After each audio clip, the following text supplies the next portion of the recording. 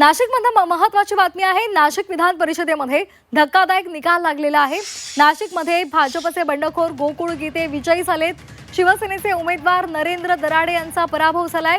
गोकुळ गीते यांना 357 मतं मिळालेली आहेत, तर दराडे यांना 248 इतकी मतं मिळालेली आहेत।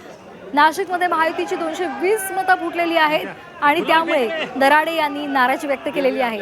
महायुतीच्या 468 मतांपैकी दराडेंना केवळ 248 मतं मिळालेली आहेत। मतफुटीमुळे आपला पराभव झालेला आहे आणि त्यामुळे दराडे यांनी साहजिकच नाराजी व्यक्त केली आहे।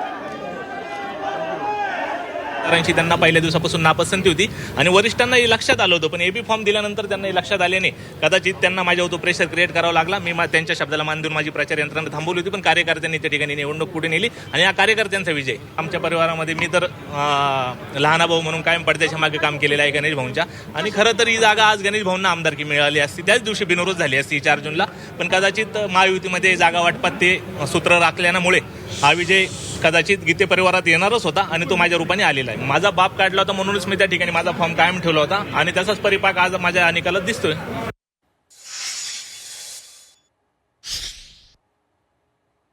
आमचा हा विजय सगळ्या जिल्ह्याने बघितलाय की खूप संघर्षातून हा विजय झालाय। गणेश भाऊंचा देखील असेल, खूप संघर्षातून त्यांनी हा विजय मिळवला। आम्हाला सर्वांना आहे